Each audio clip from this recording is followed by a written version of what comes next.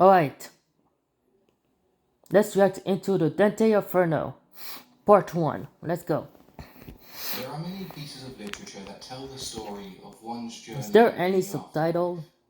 For some, Dante's There you Inferno go. may be the first of these classical pieces that comes to mind.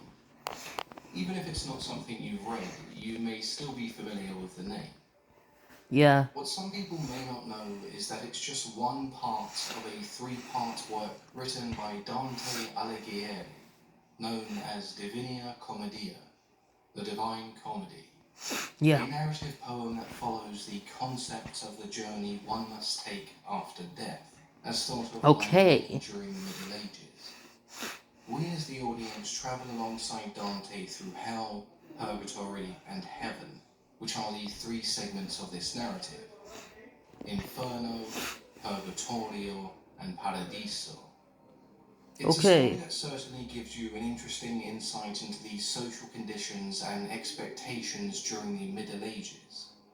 And if you also happen to be a fan of Greek and Roman mythology, Dante does not shy away from showing its influence on his own work.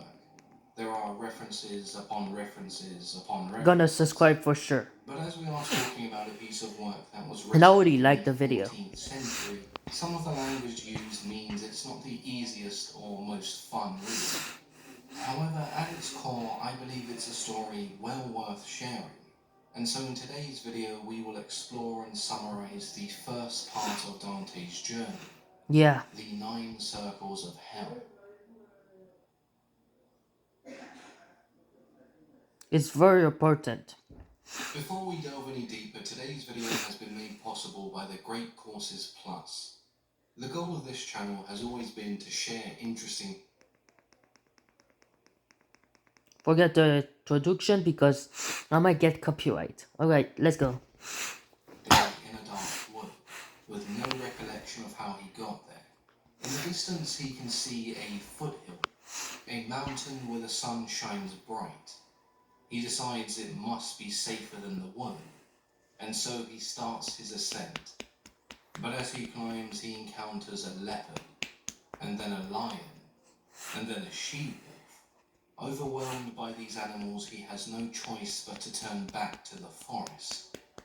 Here he comes across a spirit known as Virgil, Yeah. a once famous poet I heard about or him. bard. He He tells goes with Dante Dante. that he can guide him to paradise. Yo, guys. This is a story about Dante and Virgil story. It's a classic poem. But first they must journey through hell.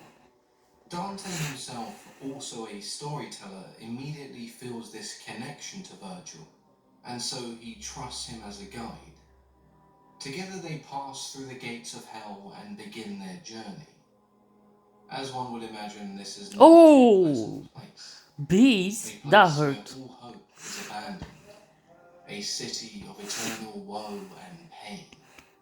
The sky was pitch black, but not a single star could be seen.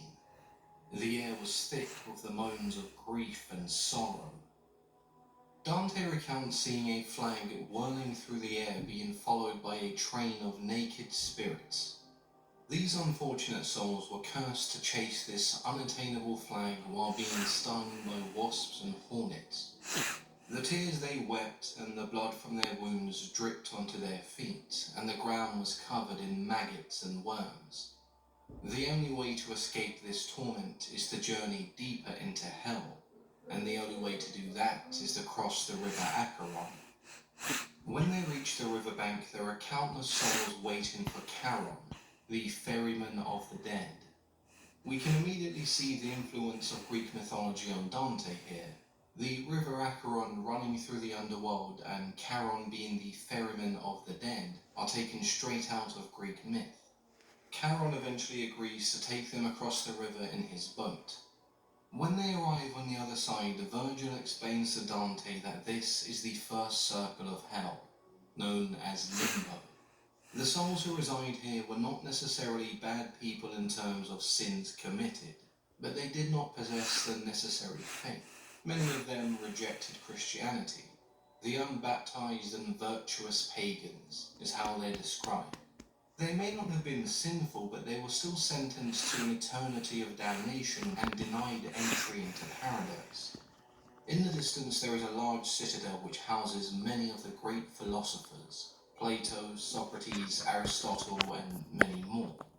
Before becoming Dante's guide, this was also the home of Virgil, and Dante does also come across other great poets such as Homer, Ovid, and Horace. There are also many great Greek and Roman musicians, statesmen, generals, and physicians. Eventually, they depart and make their way onwards to the second circle of hell, lust. The first circle was undoubtedly a punishment, but those who resided there still had some freedom.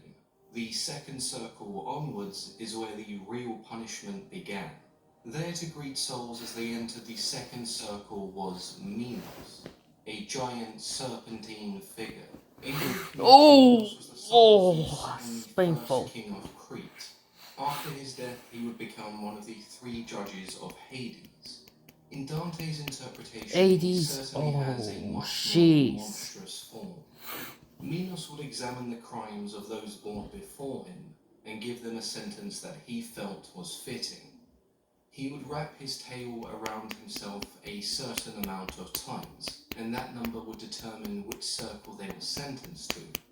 The second circle of hell was intended for those who had succumbed to lust, and many of these were kings, queens, and rulers, such as Cleopatra, Helen of Troy, Paris, and Achilles. Dante views lust as a mutual indulgence, and therefore sees it as the least heinous of sins. The punishment is also the most lenient inside of hell itself. With help from Virgil, Dante is allowed past Minos, and they enter the third circle of hell, gluttony. Here there is an icy rain that never stops. As punishment for their insatiable appetites, the gluttonous are left to wallow and squirm around in the vile and putrid mud like worms, gelatinous masses unable to stand or even crawl. Guarding them is the three-headed hound Cerberus, who patrols up and down this filthy mire, flaying and mauling the gluttonous with his claws, tearing their spirits as they helplessly scream. Luckily, Virgil manages to calm Cerberus, and they are able to pass safely through. They come across a few spirits who have suffered in this cycle for some Oh, that's time. very scary. These unfortunate souls no longer have bodies, and resemble not much more than foul-smelling liquid. Dante then meets a spirit that he doesn't recognize called Ciacco. Ciacco, however, recognizes Dante from back home in Florence. He also gives him the first of many political prophecies or predictions. He inquires about the state of civil conflict within Florence, and then tells Dante that the party he aligns with will be expelled with aid from Rome. In the fourth circle of hell, Dante encounters a figure known as Pluto, a deity of wealth. We soon discover that this is the circle of greed, where those who cared too much for material goods would be punished. They are divided into two separate groups. The first consisted of those who would hoard their possessions and money. The second consisted of those who spent their money freely, neglected the value of their possessions, and squandered everything they had. These two groups were cursed to push enormous weights up a hill, only to meet each other in the middle, where they would argue. "Why do you hoard?" one group would ask. "Why do you waste?" the other would respond. When they clashed in the middle, they would knock each other and the weights down to the bottom, only to repeat the process again and again. Yeah. The hoarders and wasters are housed together as a punishment, forever arguing and screaming, never listening or trying to understand the other's perspective. A pretty accurate description of today's society, sadly. As they descend deeper, they reach the river Styx and the fifth circle of hell, wrath. The river is more of a swampy mire where the wrathful fight and battle. The boatman known as Phlylegius arrives, and after a short disagreement with Virgil, he agrees to ferry them to the other side. As they journey across the marsh, a soul jumps up and grabs the boat. Filippo Argenti, a bitter political rival of Dante back in Florence. The two exchange some rather harsh words, and Dante wishes for Filippo to suffer more punishment. Ironically, Dante's behavior here is not too different from the souls that reside in this circle. In the far distance, Dante notices fiery towers and burning walls. Virgil explains that they are approaching the city of Dis, in the lower portion of hell, where the heretics are housed. When they arrive, they are denied entry by the fallen angels who guard the gates. They grant Virgil passage with only one condition, that he may never return to his own circle. It's at this point Dante begins to worry that he may never leave hell himself. Virgil agrees to enter alone and open the gates from the inside for Dante, but in this task he is unsuccessful. He returns to Dante with the angels slamming the gate shut behind him, but he vows to Dante that he will not abandon him. Despite both poets being terrified, Virgil is adamant that their journey shall continue. For the first time, Dante starts to doubt his guide, having seen Virgil fail. It's also apparent that he has no real plan, and things can only get worse. He asks Virgil if he's ever been this deep into hell before, and Virgil replies that he has ventured this deep into hell once before, when the sorceress Eryxo sent him to retrieve a soul for one of her necrotic rituals.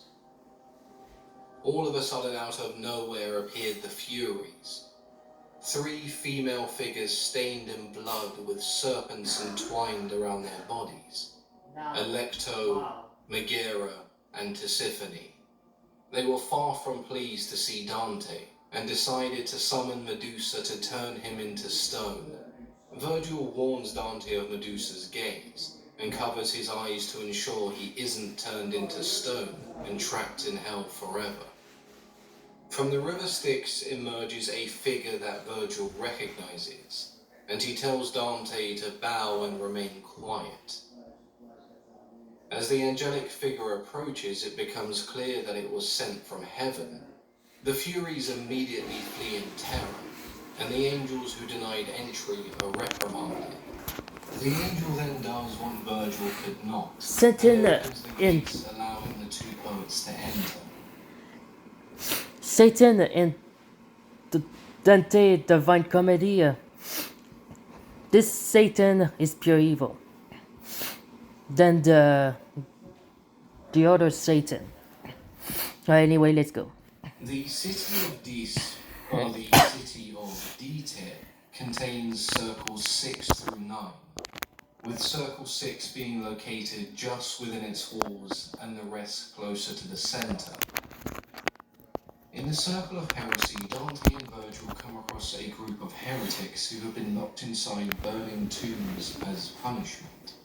These were known as the Epicureans, a sect of people who believed that when the body died, so did the soul, and so they valued pleasure above all else, as it allowed them to enter a state of tranquility. So they lived their lives believing pleasure allowed them to escape all sorts of pain and discomfort, which makes their punishment in hell all the more ironic. Dante comes across 2 of the tortured souls, one of which is from Florence, but once again is on the opposite side of Dante politically. Before leaving this region, the poets experience the most vile smell imaginable, permeating from the lower regions. A smell so bad they had to stop and rest. Virgil takes this time to explain what they will encounter next. The next 3 circles contain smaller circles inside themselves. The circle of violence, for example, is divided into 3 sections. In the first, you have those who committed acts of violence against others and their property. In the second, you have those who committed acts of violence Oui, against themselves, such as suicide. oui. And lastly, you have those who committed acts of Que? violence against God or nature. As their time shortens, they must descend into Circle 7, the Circle of Violence.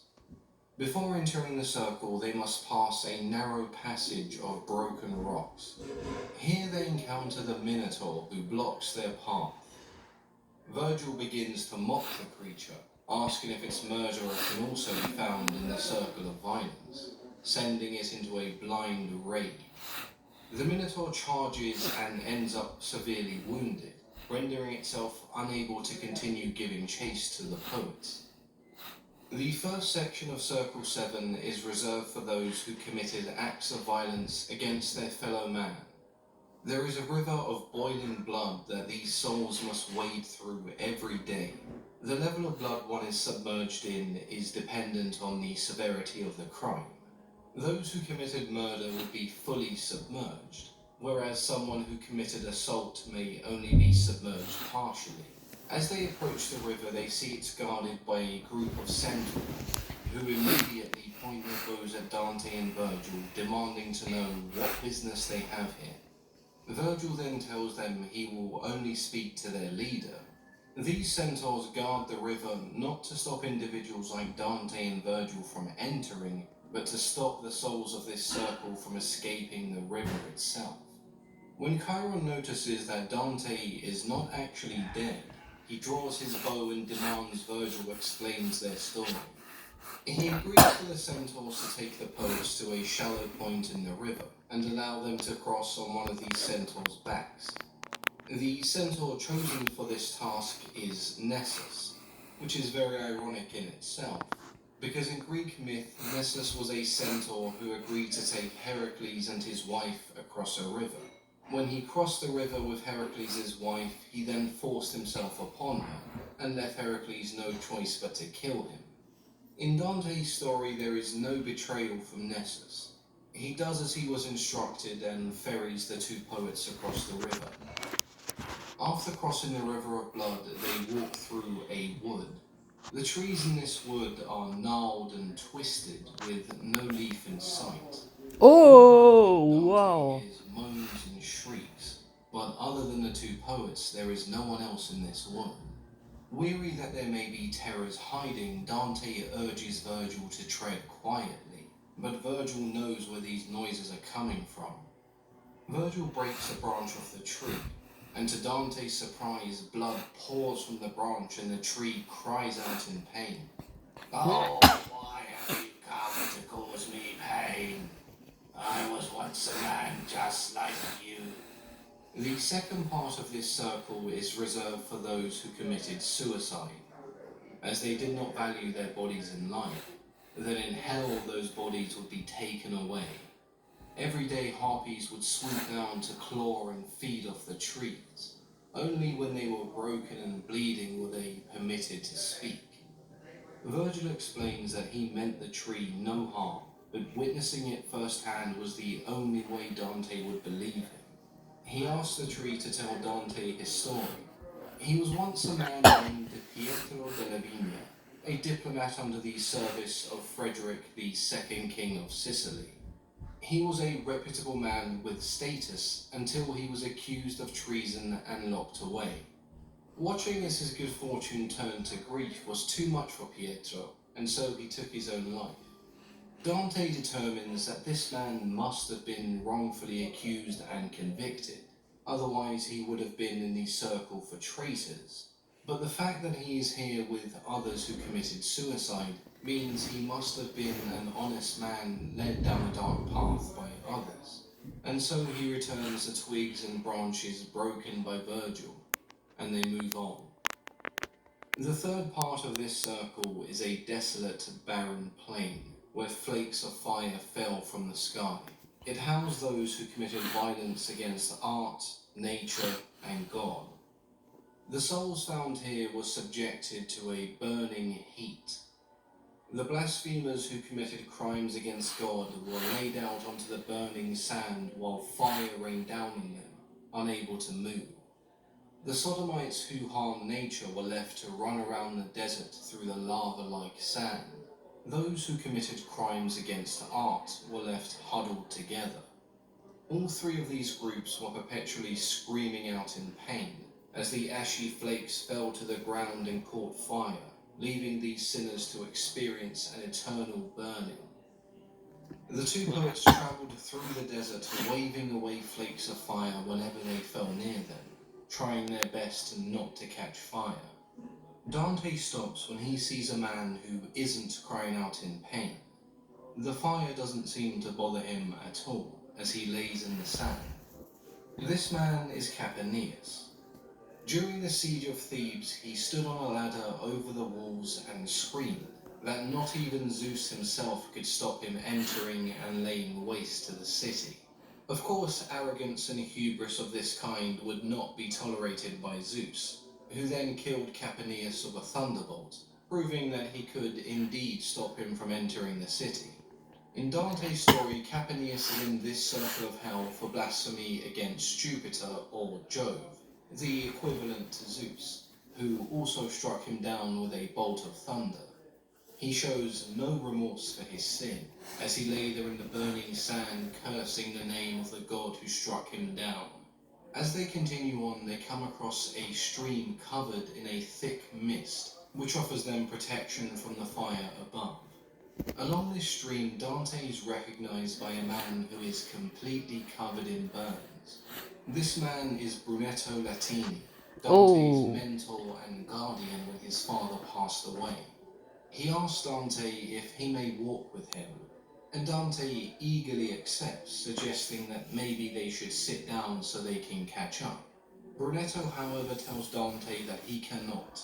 Because of his sins, he must never stop wandering the desert. So far, we've only really seen political enemies of Dante in hell, but Brunetto is one of the first spirits he meets from back in Florence who shares his political beliefs. He even warns him that he faces exile if he somehow escapes hell and returns to Florence. They would eventually come to the end of the stream, and in front of them was the edge of a cliff and a roaring waterfall below. Dante sees three men in front of him that he recognizes from Florence. They ask him not to judge them based on their burnt and scarred appearance, for they were once famous and esteemed men. As they were guilty of sodomy, they could not stop walking, and so they formed a circle around Dante, asking him of the current political situation in Florence, a question that leaves Dante with an expression of grief. He then tells them the story of his journey, and they wish him luck. If he ever escapes hell, they ask only that he speaks of them favorably. As they look down into the abyss below, Virgil asks Dante to throw the belt he wore around his waist over the edge and wait. They are now approaching the eighth circle of hell. A strange shape that Dante can't quite make out rises from below and stops before them. Behold the beast with the pointed tail that crosses mountains, leaves walls and weapons broken, and makes the stench of which the world is full. The creature answers Virgil's call and makes itself visible. A creature with human, bestial, and reptilian elements all combined into one. Its oh, name that's is Geryon, really bad. a winged monster with the face of a man, a scorpion stinger, and a body that is part beast, part reptile. Its general shape can be compared to that of a wyvern, with some elements of a chimera or manticore. In Greek myth, Geryon is The eighth circle of hell is fraud, for Yeah. those who committed fraudulent and malicious crimes. This circle is also known as the Malebolgium, meaning the ditches of evil. This also refers to the layout of the circle, as it's Yeah. divided into 10 narrow ditches, each one punishing a different act of fraud. The first ditch contains seducers and panderers, a fancy name for a pimp or someone who owns a brothel. These two groups line the walls of this ditch, walking in opposite directions, being whipped by horned demons. At first, this may not seem like a harsh punishment, but these demons can be seen as symbolic of slave drivers. Just as these men chose to treat women like objects that could be disposed of and sold, in the afterlife they would be nothing more than a commodity themselves to these demonic slave drivers. Dante recognizes one man as Venedicio, who he recalls arranged the sale of his own sister to a nobleman.